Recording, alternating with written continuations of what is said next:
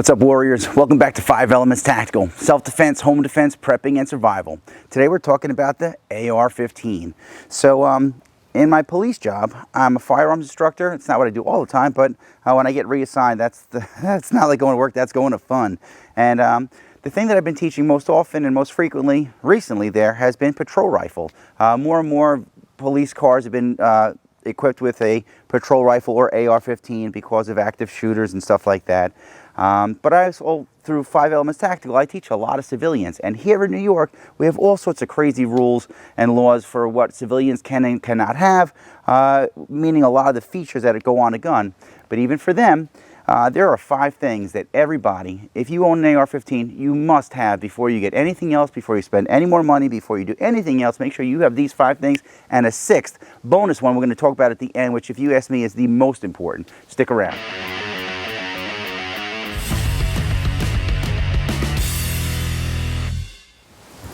What's up, warriors? This is Kyoshi Dave Herman with 5 Elements Tactical Training, here to share with you some warrior skills and drills that anyone can learn and everyone should know.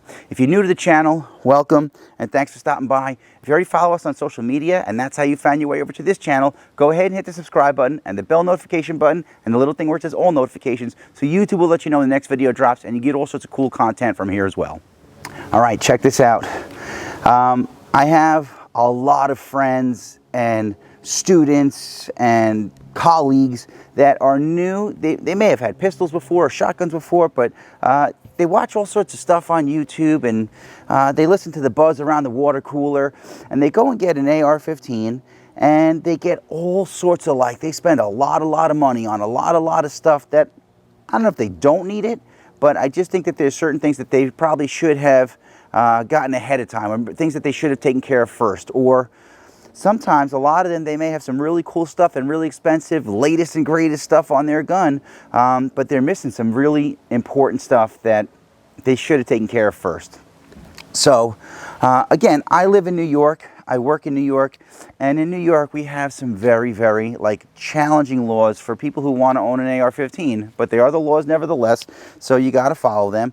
And before you do anything else, make sure you're doing everything legally and safely. Anytime we're dealing with firearms, be sure you're observing the 4 rules of firearm safety, that you're keeping it safe and empty and all that stuff, and you're following the rules. I'll put a card up here. If you don't know the rules, learn them, follow them, live by them. But of course, wherever you live, if you're allowed to have it, cool. If you're not allowed to have it, I'm sorry. I'm sure there's some other thing that would work just fine in its stead. And if you live in a state like New York where you could have it, but it has to have a certain kind of stock or a certain kind of grip or a certain kind of this, or it can't have that, then you stay within the law so you don't get in trouble. You don't get, locked up or something like that. However, you should be able to get these 5 items, and definitely the 6th, no problem. The first, you ready for this? A sling. Now, there are so many different types of slings and so many different types of schools of thought on single point sling, A-frame sling, 3-point sling. I would say be guided by your instructor. You're going to get some training, right? You're going to go to somebody who's in the know. Like, you're not just going to wing it or learn it from some video. You're going to check out a few different things and see what works best for you and your purpose. So for me, I went through FBI Firearms Instructor School. I don't work for the FBI, but I went through their Firearms Instructor School, which is like the Harvard. And I was guided a lot by what they had to say there, because they spend a lot of money to have a lot of people way smarter than me do a lot of statistics and research and stuff to see what's best. And if you ask them why they use it, they'll give you some really long-winded answer, which is usually full of good knowledge and information. And I learned a real lot from the school, the instructors there, and the other people there. I went with, I'm sure somebody's going to ask, is this the Viking Tactics? If you've never checked out Kyle Lamb, go Google that guy, watch some of his skills and drills, and listen to that guy talk. It's a 2-point sling, but it has this feature where it cinches down close to you, then you pull on this, and it lets you if you had to climb or run, or you had to attach it close to yourself, you pull on the strap, it cinches it tight to yourself. You pull on the other strap, you can let it out, and you could switch from shoulder to shoulder, swim through it to shoot lefty and righty, etc. But if you don't have a sling or a means to carry it, what do you just run around just holding the thing like, you know, that's crazy. You could do that, but if you need your hands for other stuff, like if you had to handcuff somebody or you drop something or whatever, you're going to want some way to make sure that you could hold it onto yourself and secure it to yourself without having it swing all over and hit you where you don't feel like getting hit. Number one, have a good sling. Two, an optic. So now, there's so many of these on the market, and you know, from like a couple $100 to a couple $1,000. This is the Aim Point, is the company that makes it. It's called the Pro Patrol Rifle Optic, and for my purposes, it works just fine. I have my backup, so I have a front sight post, which not all AR-15s have that. If it doesn't have a front sight post, you're definitely going to want to have backup sights. So this is your primary you know, optics thing that you could aim and hit your target with. And then if it fails, it breaks, the battery goes dead, whatever, you have a backup sight. So now you're looking at this, through this, putting this on the target, keeping all your fundamentals in check. You should be able to hit your target out to 200 yards pretty easily. There's very limited recoil if you don't know a whole lot about the AR-15. But you know, I have a lot of friends. Here's another thing. They spent all this money on this really cool optic, right? Oh, I got the latest and greatest. It does this, it does that. The battery stays on for 1,000,000 years.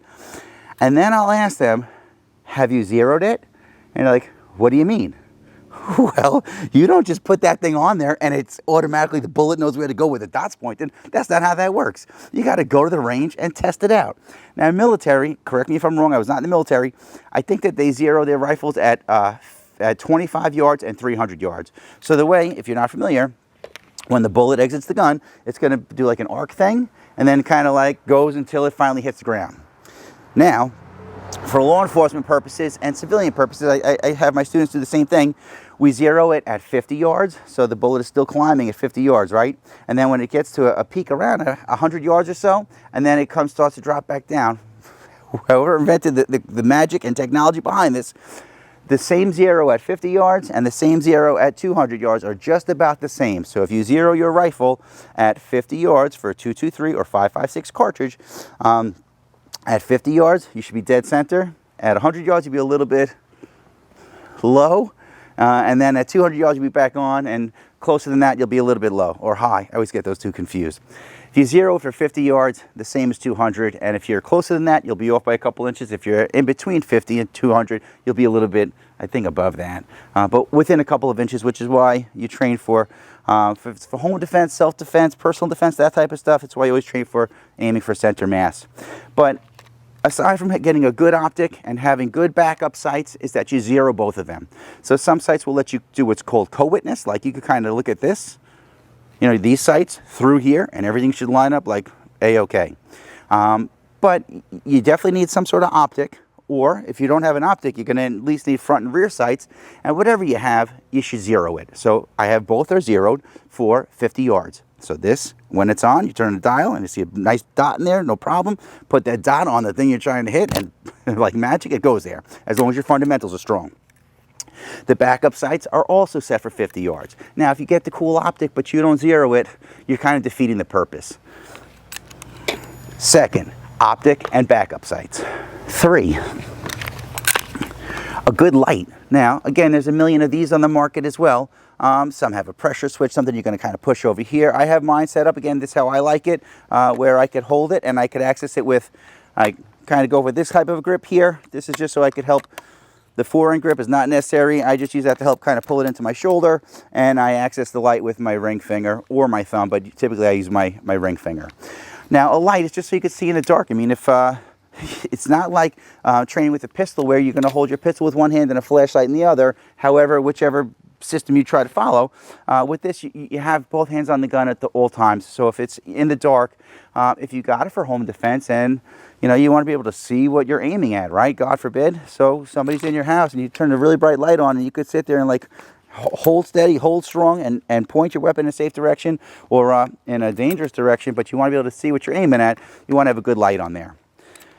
Make sure your light is bright. Make sure that you change your batteries not frequently, but like, you know, often, maybe every time you change your depends on how often you train, but if you change it every time, you change the clocks. That's a good rule of thumb.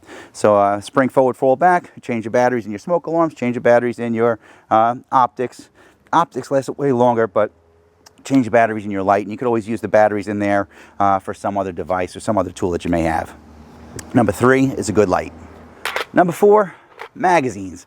So you can't load the gun without a magazine, right? In New York State, if you have one of those featureless AR-15s, which means that it's not allowed to have a collapsible stock or a pistol grip or a fore-end grip or a bayonet lug or a flash suppressor, I forget what it's allowed to, not allowed to have.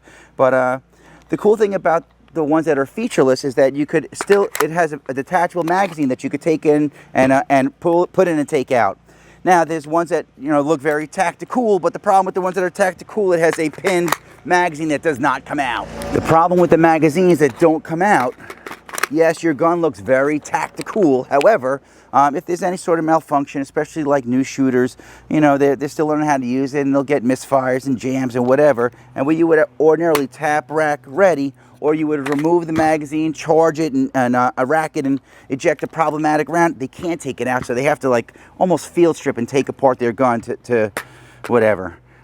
Different strokes for different folks. If you want it to look fancy and cool in New York State, you're gonna have an issue with this. So a lot of my students will come in and they'll have something that looks like some sort of alien version of an AR-15, but at least the magazine comes out, and if they have any sort of malfunction, they could address it on the spot. So what you really need is a good amount of magazines. People say, how many magazines do I need? Well, if you're only allowed to have ones that carry 10 rounds, you're gonna need way more. Because if 2 magazines is not enough, and the reason why you need at least 2 is if you have a problem with one, it's not that, oh my God, what if I run through 30 bullets? It's like, what if I need it to work and there's a problem with the magazine I have? 2 is 1, 1 is none, right? So you drop the magazine, you put a fresh one in, and you get back on, you know, protecting yourself and your family. Now, if it is an issue where you need more than 30 rounds, like that's a really bad day. But, well then how many magazines do you need? I don't want to run out, so I don't know. When it comes to training and practicing, range time is often, you know, not cheap but not expensive, and I don't want to spend time sitting there loading magazines when I go to the range to practice. So if I have a whole bunch of magazines and I could load them ahead of time, well, when I go, that's one less thing that I got to spend time doing at the range. So if you're doing it for training, for practicing and all that type of stuff, get a bunch of magazines because it'll make your training experience a whole lot easier. They come in polymer. I like the GI mil-spec ones. I just got a whole new set from Brownells, and I'm excited about them. I don't know, these ones I've never had a problem with, but the metal ones, you really never, well, you can never say never, but military puts a lot of faith in that, and law enforcement as well, so I put a lot of faith in that as well.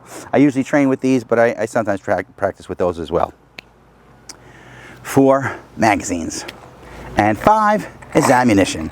So, gun won't shoot without bullets, right? So, when you get yourself all settled and you're getting ready to like go to the range, you could use cheaper stuff that you're going to be shooting that, you know, sometimes it gunks up your gun a little bit, but you're going to go home and clean it anyway. So, as far as training, like, again, ask at your gun store, ask your friends who are in the know, but really, for training purposes, anything would work. And really, for home defense purposes, anything would work too. I mean, I wouldn't want to get shot by any of these. But I have stuff that I use really for teaching and training. And then I have stuff that's what's, you know, police world, they call it, you know, duty ammo. That's like your, you know, the stuff you keep, you know, for pistol, you use certain stuff for the range, and then certain stuff you carry, you know, for, God forbid, you know. So if you're going to spend more money on one or the other, you know, once you have a handful of magazines that are set, and that's like that stays in your safe for, God forbid, home defense, like worst scenario imaginable, then good. That stuff stays where it's supposed to stay, and you're good to go. And then I'd spend more money on the stuff that I'm going to be using when I go to the range to practice with, because that's really where the good stuff lies. So 5 is ammunition. But wait, there's more. Are you ready for this? And I mentioned it earlier. I don't know if you caught on to it or not. But the 6th one, the bonus one, the most important one is training, training, training. So again, I have all these buddies that buy all these cool guns, and I'm like, when they say, hey, Kyoshi, what do you got? I'm like, I got a Colt LE, whatever thing it is. I got a modest optic with a modest light and a you know, a decent sling, and nothing real fancy on any of my stuff. There's some stuff that if I hit the lotto, I would go nuts. But I really spent the bulk of my money, are you ready for this, on training and magazines and ammunition. Like I put my money into the stuff that I was going to use the most, and the thing you're really going to use the most is the knowledge and the experience and the skills that you learn. It's cool to be like, yeah, I got an AR-15, I'm ready for the apocalypse. No, you're not. No, you're not. No, you're not. Unless you are. But most of the people that I hear talk like that, I'm just like, full of hot air, man. Go get some training. Go get some training. And after you get some training, go practice what you learned in training. If you can't remember the last time you shot, or the last time you verified that your optic is, or your backup sights are going to keep you on target where you think your bullet's going to go, you got a problem on your hands, and that's something you got to remedy like the day before yesterday. So, first thing you're going to get after you get your gun is some sort of good sling. Make sure you have some sort of good optic that is zeroed in with backup sights that are also zeroed in. You want to have some sort of light or something that you could see in the dark, and it doesn't have to be like the $6,000 night vision goggles unless you could roll like that, but I can't. And after that, you need some magazines, a bunch of them. You need some duty ammo, training ammo, a bunch of it, and duty ammo or home defense ammo, as much as you think you need for wherever you live and whatever you are anticipating and preparing for. But most importantly is get some training. And once you have the training, use your practice ammo and your magazines, go to the range and practice. Make sure that you're able to hit the target, that you got good fundamentals, that you understand the fundamentals of marksmanship, that you could do all of these things while abiding by the 4 cardinal rules of firearm safety. Am I ranting? I'm sorry. If you think I'm missing something, or there's some sort of thing that I should have on my gun, but I don't, let me know. I am a gear junkie, and I love stuff, and I just love it. I love it. I'm into it. I love it. But I'm curious. So any comments? I'm all ears, guys. So if you made it this far and you like what I'm teaching and preaching, go ahead and give me a thumbs up and like this video. If you're loving it, go ahead and hit the subscribe button. If you got to have it, make sure you hit the bell notification button and the little thing where it says all notifications, so YouTube will let you know when the next video drops. If you're really digging it and you want more, you can find me on all social media platforms at 5 Elements Tactical. That's all I got for now, warriors. So until our paths cross again, pray for the best, prepare for the rest. I'm Kyoshi Dave Herman with 5 Elements Tactical Training. Thanks for watching.